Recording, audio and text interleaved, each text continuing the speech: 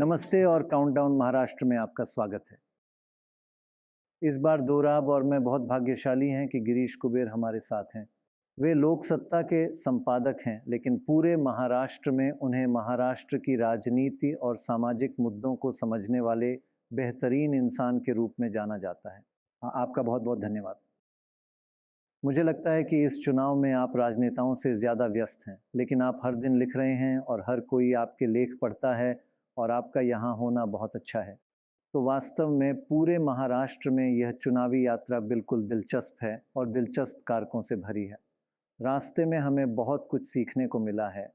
हमने किसानों से बात की, हमने विभिन्न शहरों में विभिन्न लोगों से बात की और हमने सभी प्रमुख नेताओं से भी बात की। हमने शरद पवार, गडकरी जी, उद्धव ठाकरे, एकनाथ शिंदे से बात की है। हमने छगन भुजबल और एक अद्भुत मराठा नेता से भी बात की और हम इस शो को इस भविष्यवाणी के साथ समाप्त करेंगे कि यह जटिल चुनाव में कौन जीतने वाला है। प्रत्येक पक्ष के सभी फायदे और नुकसान के संदर्भ में यह बहुत ही आकर्षक है। हम आपको जिस यात्रा पर ले जाएंगे वह महाराष्ट्र के उत्तरी भाग में। हमने हैदराबाद से सोलापुर, सोलापुर से औरंगाबाद, औरंगाबाद से नासिक और फिर ठाणे और फिर मुंबई यानी मराठवाड़ा क्षेत्र तक की यात्रा की है।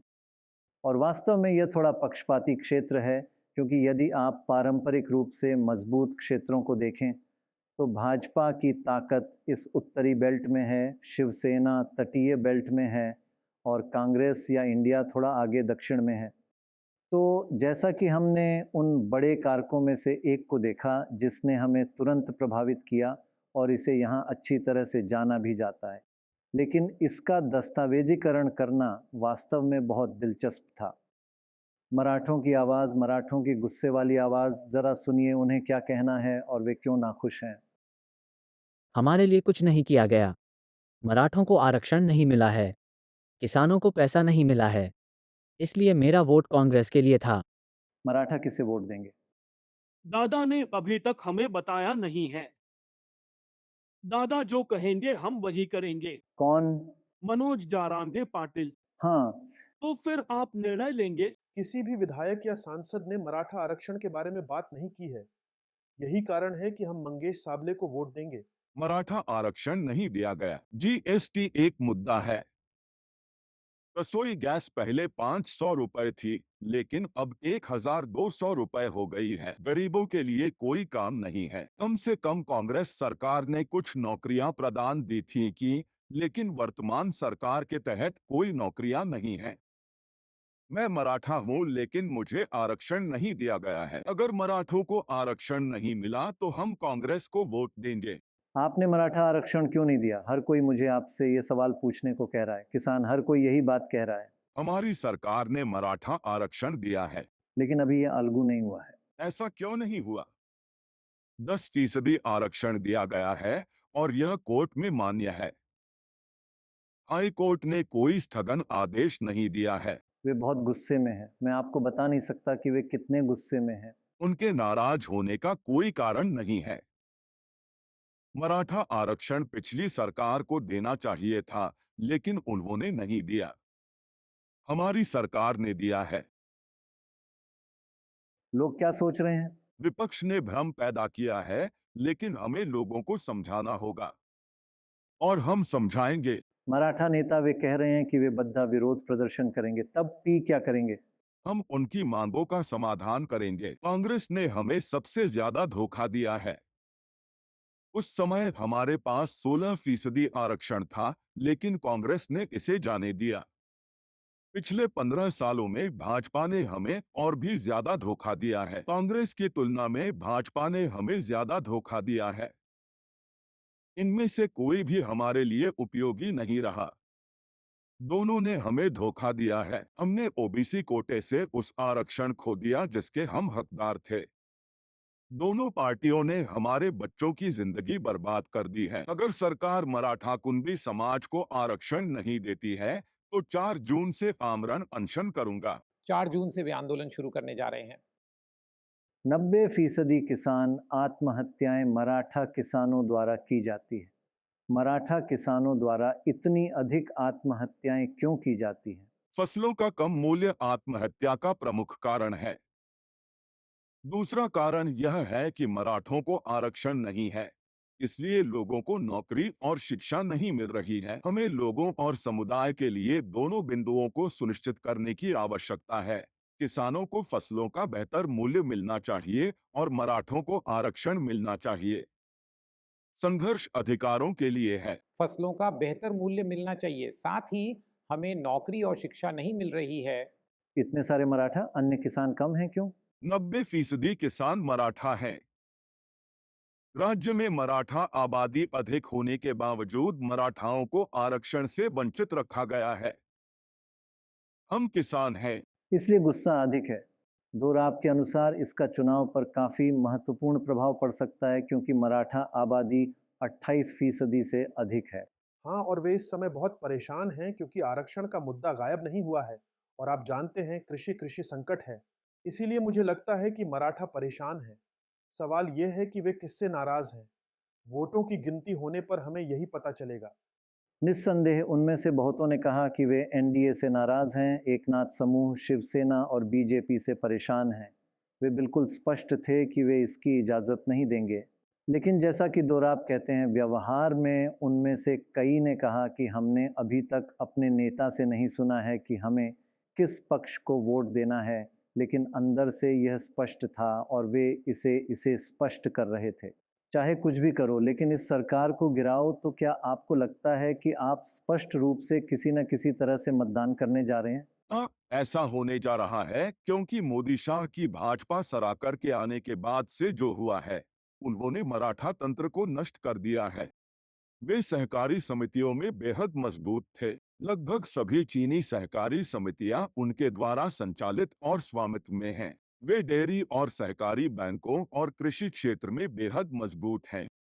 तो सहकारी आंदोलन में शामिल होकर बीजेपी ने वास्तव में इसे खत्म करना शुरू कर दिया। इसलिए कृषि संकट के कारण वे अचानक शक्तिहीन हो गए हैं। 16 से 17 मुख्यमंत्रियों में से मेरा मतलब है कि उनमें से 3/4 मराठा हैं और मराठा अब सत्ता में नहीं है, न राजनीतिक रूप से, न आर्थिक स्तर पर और न ही राज्य के कृषि मुद्दे में। यह अब पूरी तरह से नियंत्रण से बाहर हो गया है और ऐसा लग रहा है कि वे हर क्षेत्र में निर्णायक भूमिका निभाएंगे। लेकिन फिर भी मराठा एक सजातीय राज्यव्यापी समुदाय या जाति नहीं है। कुछ क्षेत्रों में मराठों को कुंबी कहा जाता है, जो कृषक, खेतीहर मजदूर, भूमिहीन मजदूर हैं। कुछ क्षेत्रों में मराठा जमींदार हैं, इसलिए उनकी प्रोफाइल में अंतर है। और एक चीज़ जो मराठा चाहते हैं वो ये है कि वे ओबीसी के भीतर 27-28% आरक्षण चाहते हैं। इसलिए बाकी ओबीसी बेहद चिंतित हैं। और हम जब छगन भुजबल से पूछते हैं, जो ओबीसी हैं, कि इस मराठा आंदोलन और लगभग विद्रोह के बारे में क्या सोचते हैं, सुनिए उनका इस पर क्या कहना था। मैं मराठों के खिलाफ नहीं हूं। शुरू से ही यानी पिछले 7-8 साल से ये आंदोलन चल रहा है कि मराठों को आरक्षण मिलना चाहिए। हम सभी इसका समर्थन कर रहे हैं। सभी पार्टी के नेता भी यही बात कहते हैं। सभी पार्टियों के विचार भी एक जैसे हैं कि मराठों को O.B.C में नहीं बल्कि अलग से आरक्षण दिया जाना चाहिए। क्योंकि आप ओबीसी हैं। मैं ओबीसी हूं, लेकिन अन्य राजनीतिक नेता शरद पवार, एकनाथ शिंदे, हम सभी ऐसा कहते हैं। लेकिन मराठा समुदाय के कुछ नए नेता ने कहा कि नहीं, हम केवल ओबीसी में आरक्षण चाहते हैं। अब ओबीसी में बमुश्किल 27% है और अब तक सरकार ने घोषणा की है कि केवल 9.5%, जबकि यह 27% भी नहीं। केंद्र सरकार में 2% या 3% है और अब वे इन आरक्षणों के अंतर्गत आना चाहते हैं, जिसमें 57% आबादी ओबीसी की है और सबसे गरीब लोग ओबीसी में हैं, जैसे V.J.N.T हैं। अगर उन्हें ओबीसी आरक्षण मिल गया तो जो थोड़ा बहुत हमें मिल रहा है वह भी हम खो देंगे। तो कृपया आप एक अलग कोटा बनाएं और हमने उसी के अनुसार दिया भी। फिर भी वह आदमी कहता है हम रैली करेंगे, हमें ओबीसी कोटा चाहिए। अब हम सभी पार्टियों से उम्मीद कर रहे हैं कि वो ये स्टैंड ले कि नहीं, O.B.C कोटा को नहीं छेड़ा जाना चाहिए। और अगर ऐसा नहीं किया तो मुझे नहीं पता कि O.B.C भी कुछ और सोचेगा। तो ये एक ऐसी समस्या है जिसका अभी तक समाधान नहीं हुआ है, लेकिन ये एक बड़ी समस्या है। इसका समाधान नहीं हुआ, फिर भी यह अब बढ़ता ही जा रहा है। हम चुप हैं। हमने कहा हम आपसे कुछ नहीं मांग रहे। हमने कहा हमारा कोटा बचा लीजिए, कृपया मुझे कुछ और न दें, मुझे बचाओ ओबीसी, ओबीसी। लेकिन वह कहते हैं नहीं, हमें कोई अलग कोटा नहीं चाहिए, हमें केवल ओबीसी कोटा चाहिए। यह क्या जिद हुई? 3-4 ओबीसी आयोग इसे खारिज कर चुके हैं।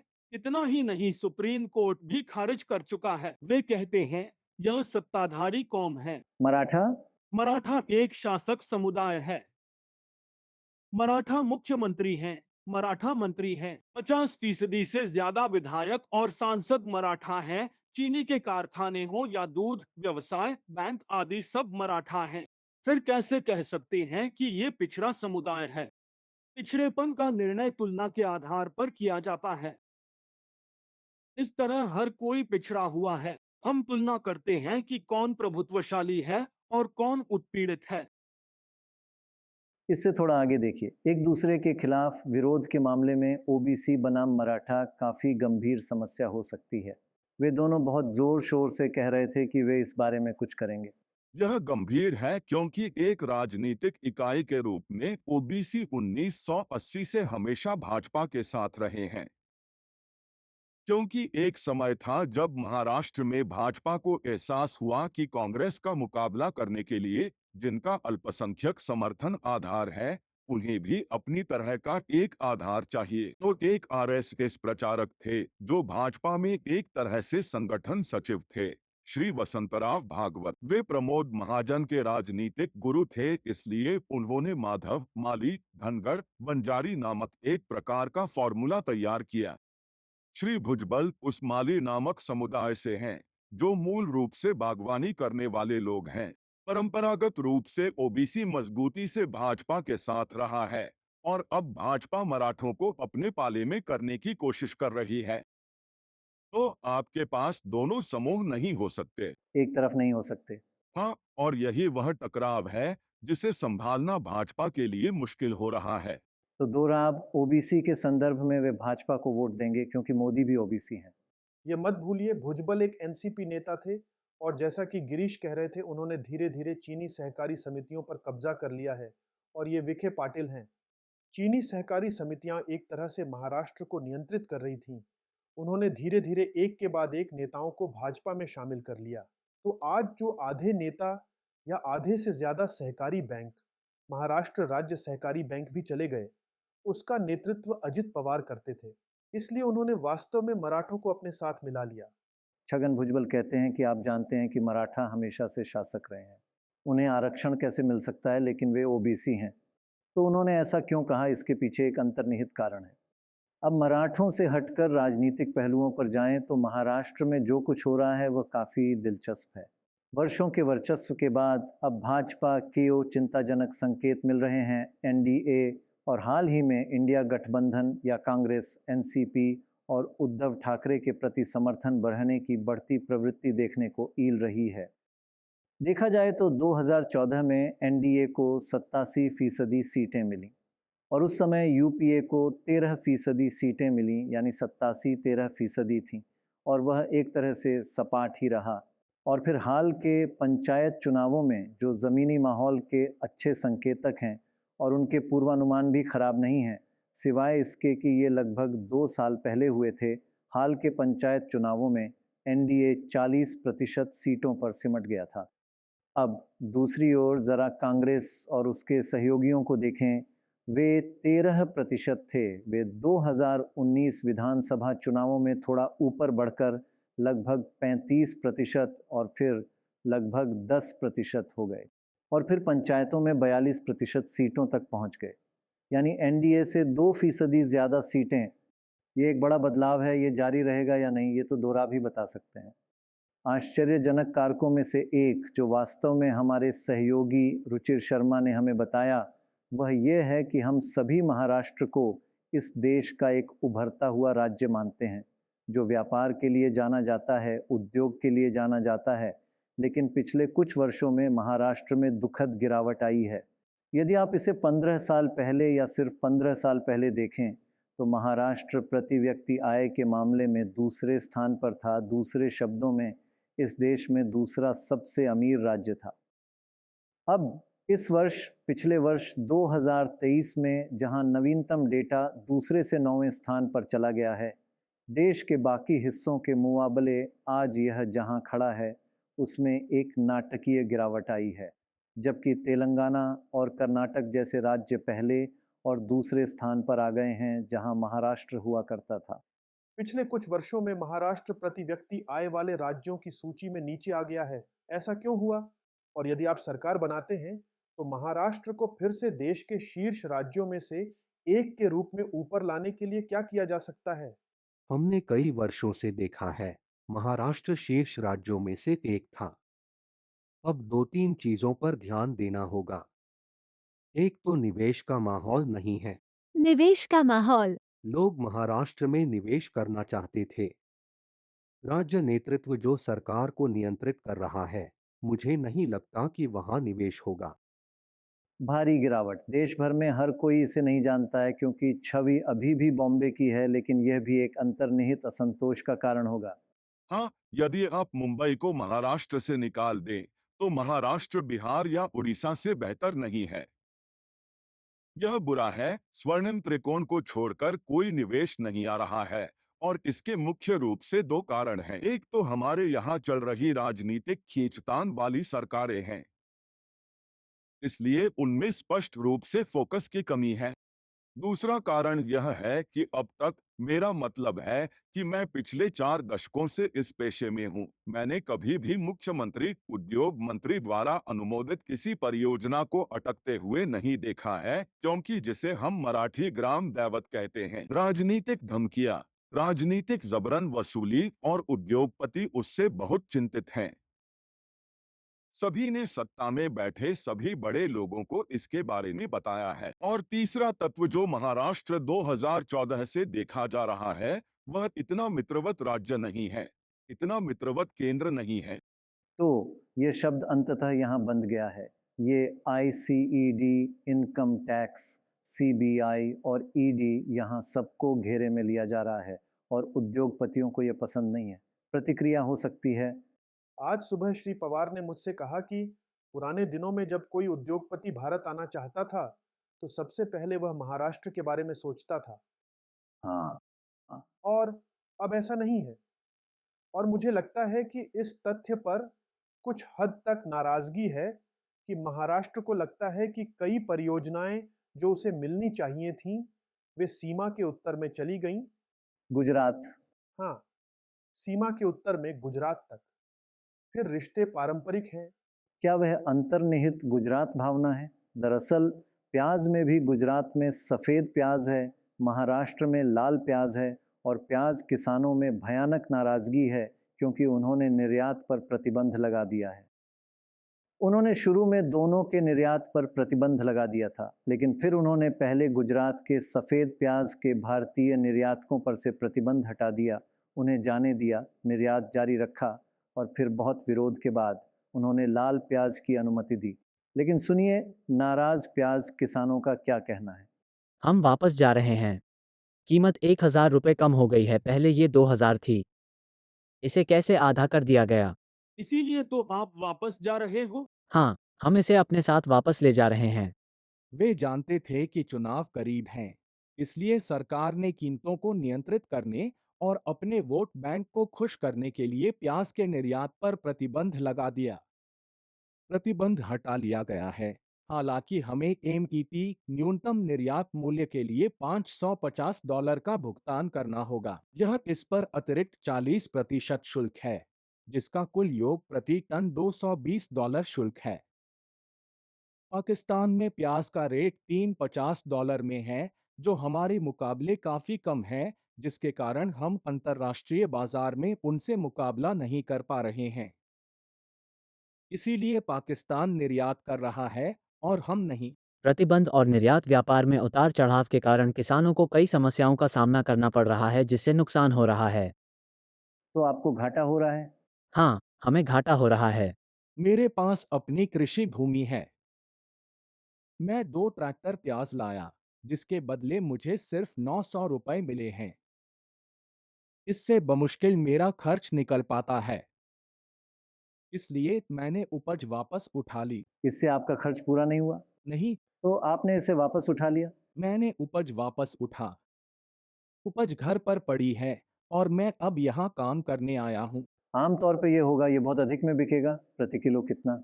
अभी यह कीमत 12 से 14 रुपए प्रति किलो के आसपास है। 12 से 13 रुपये किलो।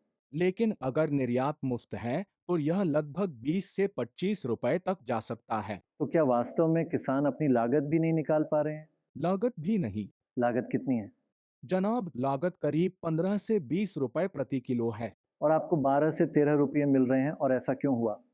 निर्यात प्रतिबंध के कारण निर्यात ने किसानों को काफ़ी चिंता में डाल दिया है।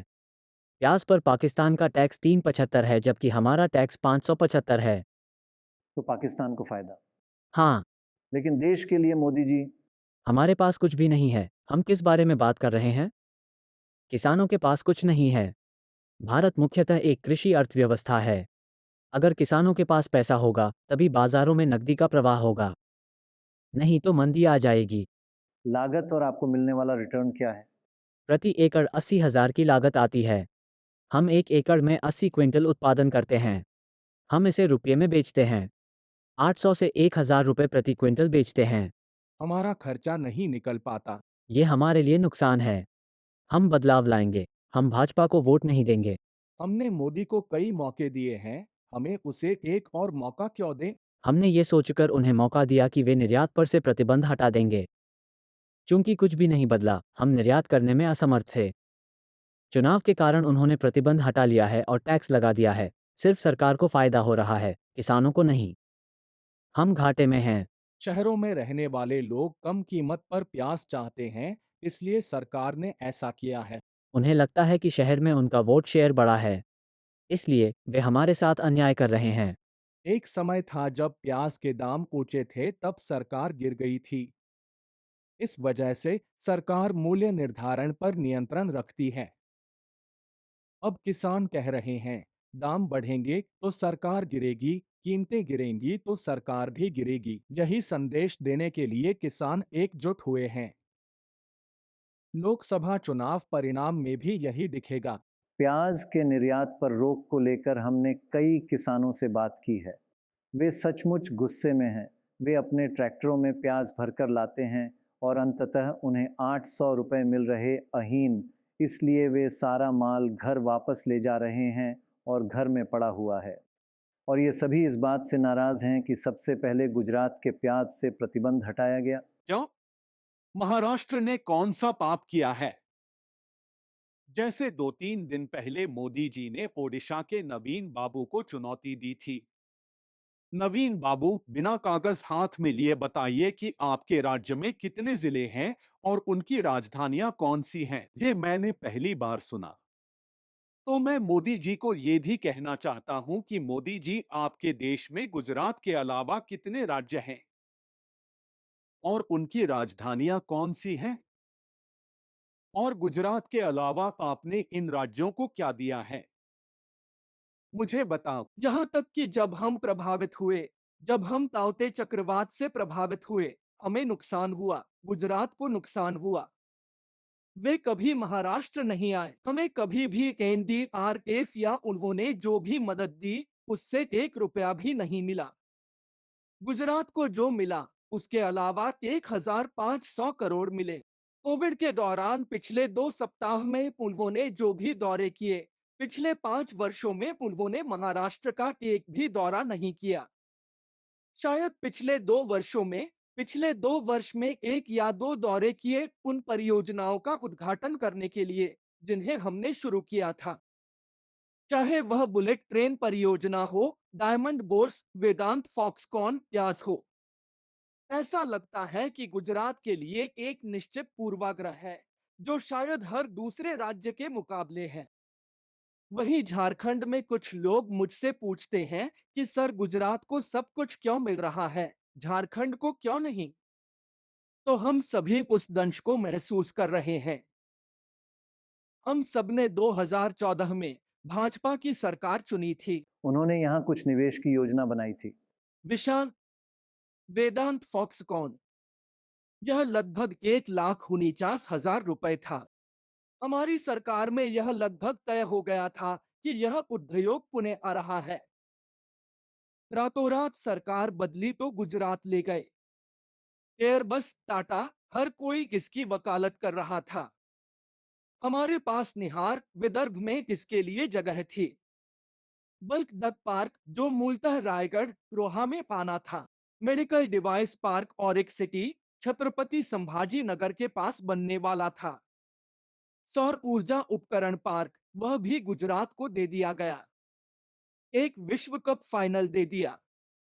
डॉक्टर साहब, क्या आप क्रिकेट प्रशंसक हैं और आप बेहतर जानते हैं कि वानखेड़े में फाइनल के सबसे लायक है। इसे क्रिकेट का पंधारी कहा जाता है। तो बात यह है कि हमें भारत भर के विभिन्न राज्यों में जाने पर कोई आपत्ति नहीं है, जब तक कि यह उनका अधिकार है। जो हमारा था उसे गुजरात को दे दिया गया है। तो जैसा कि ठाकरे, जो अब वास्तव में भयानक लड़ाई के मूड में हैं, वे इस बात की ओर इशारा करते रहेंगे कि गुजरात महाराष्ट्र दोनों के बीच थोड़ा तनाव है, क्योंकि ऐसा देखा जा रहा है कि केंद्र महाराष्ट्र के बजाय गुजरात का पक्ष ले रहा है और आप इसे देख सकते हैं, और प्याज उत्पादकों में भी इसे लेकर गुस्सा है। लेकिन प्रणय, ये पिछले 20 वर्षों से एक मुद्दा रहा है। हर बार जब वे निर्यात करना चाहते हैं, क्योंकि दुबई में कीमतें अधिक हैं, तो वे निर्यात रोक देते हैं। सवाल यह है कि बंबई और उसके जैसे स्थानों के लोगों की रक्षा कौन करेगा? मेरा सवाल यह है कि आप किसी आदमी को शर्त निर्यात न करने के लिए न कहें क्योंकि यहाँ कपास की कमी है, लेकिन यह गरीब आदमी है। मेरा मतलब है कि यदि आप ऐसा करना चाहते हैं, तो उसे वह पैसा दें जो दुबई भुगतान करेगा। आप शहरी अमीरों को सब्सिडी क्यों दे रहे हैं?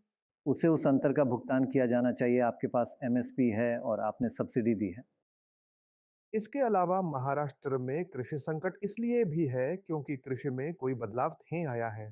चीनी 90% पानी का उपयोग करते हैं। अब आपको कभी भी उत्तरी दिशा में कपास नहीं उगाना चाहिए जहां पानी नहीं है, लेकिन इस परंपरा को कोई भी बदलने को तैयार नहीं है। कृषि पर उतना ध्यान नहीं दिया गया जिसकी सबसे ज्यादा जरूरत है। ज्यादातर विधायक ग्रामीण निर्वाचन क्षेत्रों से आते हैं। और प्याज के मामले में इसके निर्यात पर आप मुझसे 40 रुपए निर्यात टैक्स ले रहे हैं। हाँ, वे कह रहे हैं अभी तो आपने थोड़ा रिलीज किया है, लेकिन ऊपर से टैक्स लगा दिया। तो ये अब एक प्रमुख मुद्दा होने से अलग है। प्याज पहले भी एक मुद्दा रहा है और मुझे लगता है कि सरकार इसे लेकर चिंतित थी। आप जानते हैं, प्याज की कीमतें बढ़ जाती हैं तो आप चुनाव हार सकते हैं, लेकिन ये दूसरा तरीका है। तो मुझे लगता है कि किसानों में से एक ने कहा कि अगर कीमतें बढ़ती हैं तो आप चुनाव हार जाते हैं, कीमतें गिरेंगी तो सरकार गिरेगी। तो ये काफ़ी व्यापक समस्या है। निस्संदेह ये केवल उत्तर में है, शायद इसलिए कि प्याज उत्तर में पैदा होता है। किसानों में यह भावना है कि सरकार हमें दंडित कर रही है। क्यों? क्योंकि सरकार को कृषि संबंधी उन कानूनों को वापस लेने के लिए मजबूर होना पड़ा, और यही वह सजा है जो हम भुगत रहे हैं। और वे किस तरह की भावना व्यक्त करते हैं, आप खुले तौर पर जानते हैं।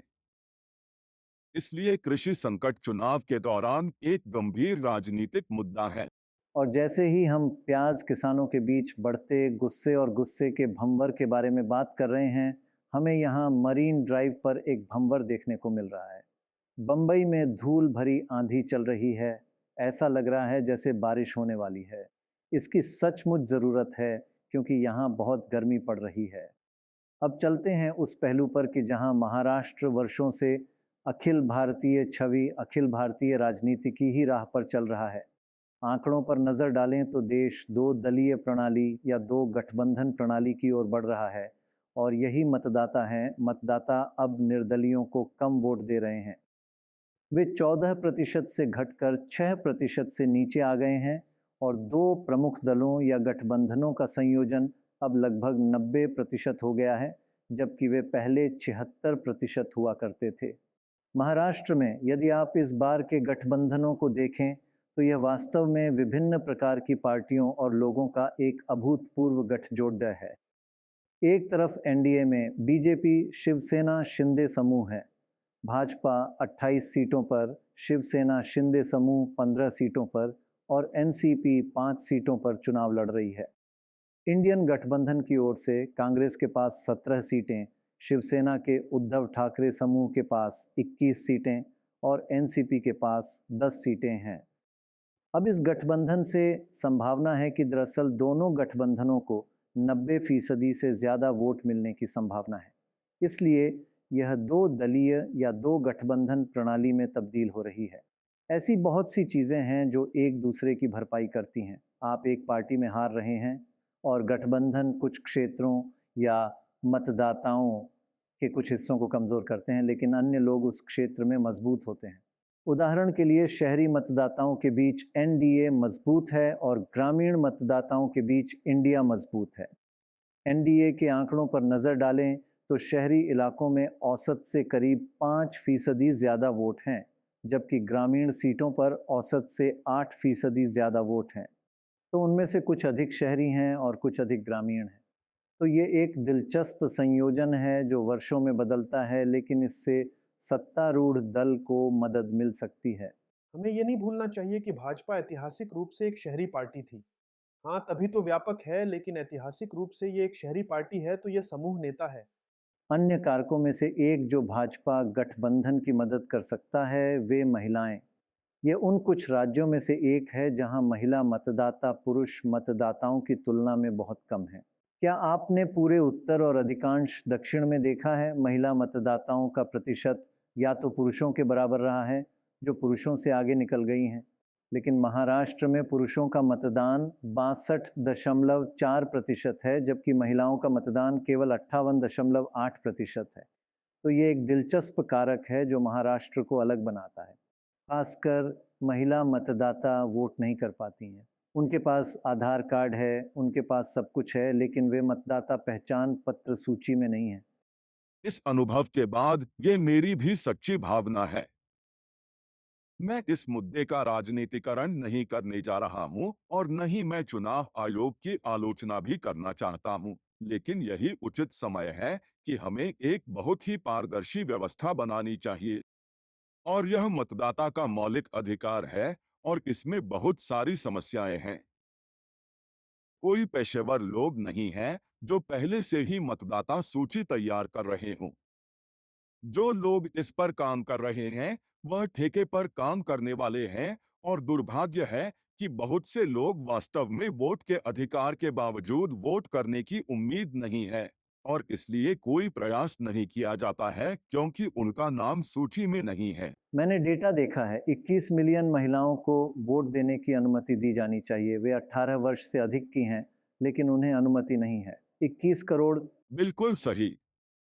जब उन्हें आधार कार्ड मिल गया है तो इसका मतलब है कि वे नागरिक हैं। उनके पास इस निर्णय का कोई सबूत है कि हम उस निविदा वोट को पंजीकृत कर सकते हैं और क्रेडेंशियल्स को सत्यापित करने के बाद हम उसे गिन सकते हैं। लेकिन मतदान एक मौलिक अधिकार है और हमें इससे वंचित नहीं रहना चाहिए। तो क्या आप उसके लिए लड़ेंगे? मैं चुनाव आयोग से अनुरोध करने जा रहा हूं कि आपके पास एक पारदर्शी तरीका होना चाहिए जिसमें सर्वोत्तम तकनीक का उपयोग किया जाए। आपके पास अच्छी प्रणाली हो, न कि इस अनुबंध के आधार पर आधे अधूरे लोग जो इसके बारे में बहुत गंभीर नहीं हैं। तो जब हम इन ग्रामीण को जोड़ते हैं, शहरी पुरुषों महिलाओं, यह अभी भी एक समझौता नहीं हुआ है। आप कभी नहीं जानते कि मराठा प्याज के अलावा कौन सी पार्टी जीतने वाली है। लेकिन फिर क्या वे उत्तर में हैं या यह मनोदशा पूरे देश में फैली हुई है? कोई समझौता नहीं हुआ है, लेकिन जिस तरह से चीजें हैं, मेरा मतलब है कि अब ऐसा लग रहा है कि एनडीए इंडिया गठबंधन को भाजपा पर बढ़त मिल रही है। इसके बहुत सारे कारण हैं। पहला यह कि यह कृषि संकट है और नौकरी छूटना तथा रोजगार शहरों में एक मुद्दा है। और जैसा कि आपने सही कहा कि महिला कारक, यह उत्तर की तरह उतना प्रभावी नहीं होगा। लाभार्थी महिला मतदाता जो महाराष्ट्र में हैं, वे कार्रवाई से गायब रहेंगी। इसके अलावा जब आप सिर्फ उत्तर बनाम पूरे देश के बारे में सोचते हैं तो 15 वर्षों की अवधि में दूसरे से 9वें सबसे अमीर राज्य के रूप में महाराष्ट्र की गिरावट की यह प्रवृत्ति पूरे महाराष्ट्र की घटना होनी चाहिए। हाँ, लेकिन आर्थिक मुद्दे उन्हें आकर्षित नहीं करते जब तक यह न देखा जाए कि कोई आपकी नौकरी चुरा रहा है। तो इसीलिए गुजरात बनाम महाराष्ट्र, कर्नाटक बनाम महाराष्ट्र। बिल्कुल, जैसा कि वे कहते हैं, किसी मुद्दे को चुनावी मुद्दा बनने के लिए उसे 2 कारकों को पूरा करना होगा। एक तो यह आपके लिए महत्वपूर्ण होना चाहिए, दूसरे एक पक्ष दूसरे से बेहतर होना चाहिए। यदि वे दोनों समान रूप से बुरे हैं तो यह मेरे लिए महत्वपूर्ण हो सकता है, लेकिन यह कोई चुनावी मुद्दा नहीं है। तो शायद वे अर्थव्यवस्था, भ्रष्टाचार पर दोनों पक्षों को देखते हैं। वे दोनों समान रूप से बुरे हैं, लेकिन यह असंतोष सिर्फ नौकरियों को लेकर हो, आप जानते हैं, बहुत अधिक व्यक्तिगत। पिछले 3-4 वर्षों में फॉक्सकॉन जैसे मेगा प्रोजेक्ट आए, लेकिन दुर्भाग्य से वे यहाँ नहीं लगे। गुजरात में भी कोई नहीं जानता कि वास्तव में क्या हुआ, लेकिन जाहिर तौर पर वेदांता के श्री अग्रवाल का कहना है कि यह एक रिपोर्ट थी और इसकी पुष्टि करना मुश्किल है। प्रधानमंत्री कार्यालय ने उन्हें गुजरात भेज रिपोर्ट में यही कहा गया है। इसे साफ तौर पर महाराष्ट्र में दिल्ली के अतिक्रमण के तौर पर देखा जा रहा है। और यह वह कहानी है जिसे महाराष्ट्रवासी शिवाजी के दिनों से ही सुनना पसंद करते हैं। दिल्ली लूटने पर उतारू है, महाराष्ट्र को फायदा। दिल्ली महाराष्ट्रियों के साथ अन्याय करने पर उतारू है। इसलिए ऐसा कोई एक नेता नहीं है जो कार्यभार संभाल सके। दिल्ली की ताकत है और यह कहानी वास्तव में 400 साल बाद भी गूंजती है। वास्तव में पारसियों में भी। मत भूलिए कि जब महाराष्ट्र बना तो बंबई टूट गया था। एक फौज था, गुजरातियों का दबाव था कि बॉम्बे को एक स्वतंत्र केंद्र शासित प्रदेश बनाया जाए, और मराठा इस बात को भूले हैं कि आप जानते हैं कि वे हमारा गहना ले जा रहे हैं। और क्योंकि बंबई पर हमेशा गुजरातियों का प्रभुत्व था, इसलिए वे आबादी में छोटे हैं, पैसे में बड़े हैं। अंत में आइए देखें कि लोग इस चुनाव में क्या पूर्वानुमान लगा रहे हैं। पूर्वानुमान लगाना वाकई मुश्किल है और वे यही कह रहे हैं। जनमत सर्वेक्षणों के अनुसार ये लगभग 6 सप्ताह पहले ही स्टॉक किए गए थे। मान लीजिए कि एनडीए को 33 सीटें मिलेंगी और इंडिया या एमवीए को 15 सीटें मिलेंगी, यानी 33, 8 सीट नीचे, और इंडिया को 15 यानी 10। इस यात्रा के दौरान हम जिन पत्रकारों और विश्लेषकों से मिले, हमने सब नोट कर लिया। हम हमेशा उनके पूर्वानुमान पूछते हैं और वे कहते हैं कि एनडीए 28 यानी 13 कम और इंडिया 20 यानी 15 ज़्यादा। ये काफ़ी बड़ा नुकसान है। और अंत में यदि आप सिर्फ पंचायत चुनावों को देखें, और ऐतिहासिक रूप से पंचायत चुनाव इस बात का अच्छा संकेतक रहे हैं कि जनमत सर्वेक्षणों और आप जैसे सर्वेक्षणकर्ताओं की तुलना में मूड क्या बेहतर है, तो मैं इसका उल्लेख नहीं करूँगा। यदि पंचायत चुनाव अच्छे पूर्वानुमानकर्ता या मूड के अच्छे संकेतक हैं, तो यह बताता है कि एनडीए को 24 सीटें मिल रही हैं यानी 17 सीटें कम, और इंडिया को 24 सीटें मिल रही हैं यानी 19 सीटें ज़्यादा। दोराब, ये बहुत बड़े बदलाव हैं। मुझे लगता है कि चूंकि हमने कोई सर्वेक्षण नहीं कराया है, तो यह स्पष्ट है कि एनडीए को 41 सीटें नहीं मिलने वाली हैं। यह स्पष्ट है कि यह कितना गिरता है। मुझे लगता है कि यह इस पर निर्भर करेगा। यह सही है, कोई नहीं बता सकता है। मेरा मतलब है कि मैं निश्चित रूप से नहीं जानता, लेकिन मुझे यकीन है कि गिरीश जैसे लोग, जिनके पास सिर्फ अपनी जानकारी नहीं है बल्कि पूरे राज्य में घूमते और लोगन से मिलते हैं। मेरा मतलब है कि पहली बात यह है कि लोग आमतौर पर कह रहे हैं कि यह 41 सीट नहीं होने वाली है, यह संख्या नीचे आने वाली है। 100% ऐसा ही दिखता है। तो भाजपा और एनडीए 30 के आंकड़े को छू रहा है। अगर 30 अधिक है तो उन्हें इसका जश्न मनाना चाहिए। और उनमें से कुछ ये भी कह रहे हैं, है ना? आ, भाजपा नेता भी कह रहे हैं। वे जानते हैं कि यह अब हवा में है। दिल्ली से लेकर महाराष्ट्र तक कई कारण हैं, तो इसके बारे में कुछ भी, और खासकर दल बदल का यह खेल भाजपा पिछले 2 साल से खेल रही है। देखा जाए तो यह लोगों को रास नहीं आ रहा है। वे मूल रूप से महाराष्ट्र को नुकसान पहुंचाना चाहते हैं। मेरा मतलब है कि आप इसे नहीं समझ रहे हैं, तो हम आपको यह बताने नहीं देंगे कि पिछले 2 वर्षों में भाजपा ने विशेष रूप से शिवसेना के प्रति किस तरह का दृष्टिकोण अपनाया है। शिवसेना को तोड़ना और पूरा मुद्दा ऐसा लगता है जैसे कि एक एजेंडा है जो भाजपा के लिए 2 राजनीतिक परिवारों के इर्द गिर्द घूम रहा है। एक तो ठाकरे को सजा देने जैसा है और पवारों के लिए एक सबक है। तो इसी बात को ध्यान में रखते हुए पूरी राजनीति महाराष्ट्र के इर्द गिर्द घूम रही है। आपका मतलब है कि उन दोनों के प्रति एक प्रकार की सहानुभूति है? हाँ, उनके प्रति बहुत सहानुभूति है। उद्धव ठाकरे के लिए और शरद पवार के लिए, क्योंकि उनसे उनके लोगों को तोड़ा गया है। और हाँ, दरअसल उनका अपना परिवार ही उनसे अलग हो गया है। ये मत भूलिए कि ये महाराष्ट्र राज्य की पार्टियां हैं। ये राष्ट्रीय पार्टियां नहीं हैं, यहाँ 2 स्थानीय पार्टियां हैं और उन्हें तोड़ा जा रहा है। हाँ, और वे वास्तव में पारंपरिक रूप से मजबूत पार्टियां हैं। और ये कहानी कुछ ऐसी थी कि कैसे वरुण गांधी ने रायबरेली में राहुल के खिलाफ चुनाव लड़ने से इनकार कर दिया था।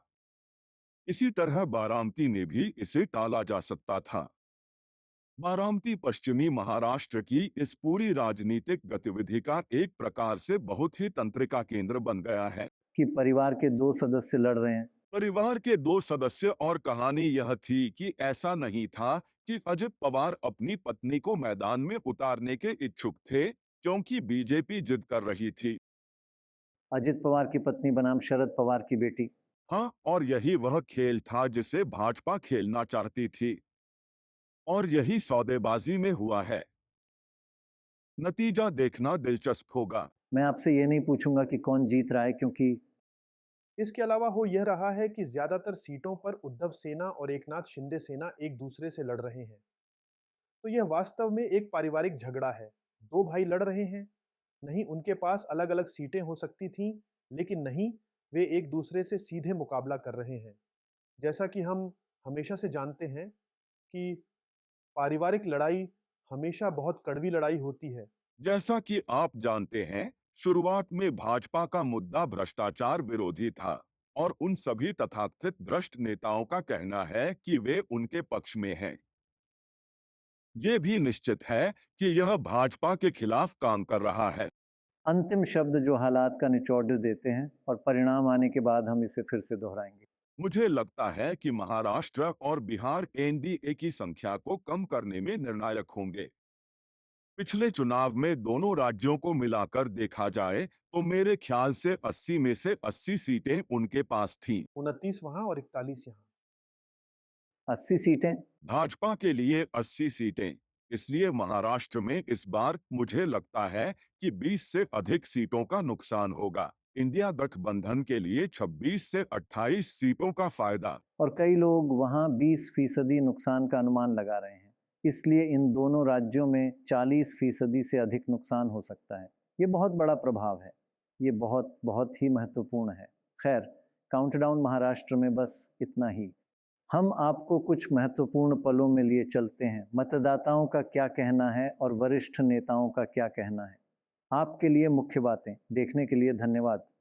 ये फैसले चल रहे चुनावों के कारण लिए जा रहे हैं, लेकिन किसानों को इसकी पूरी जानकारी है। लोकसभा चुनाव नतीजों में भी यही दिखेगा। महाराष्ट्र में अर्थव्यवस्था अच्छी नहीं रही है। महाराष्ट्र के लोग बहुत उद्यमशील, मेहनती हैं। जब से महाराष्ट्र में हमारी सरकार आई है, तब से उद्योग, विदेशी निवेश और सकल घरेलू उत्पाद में वृद्धि हुई है।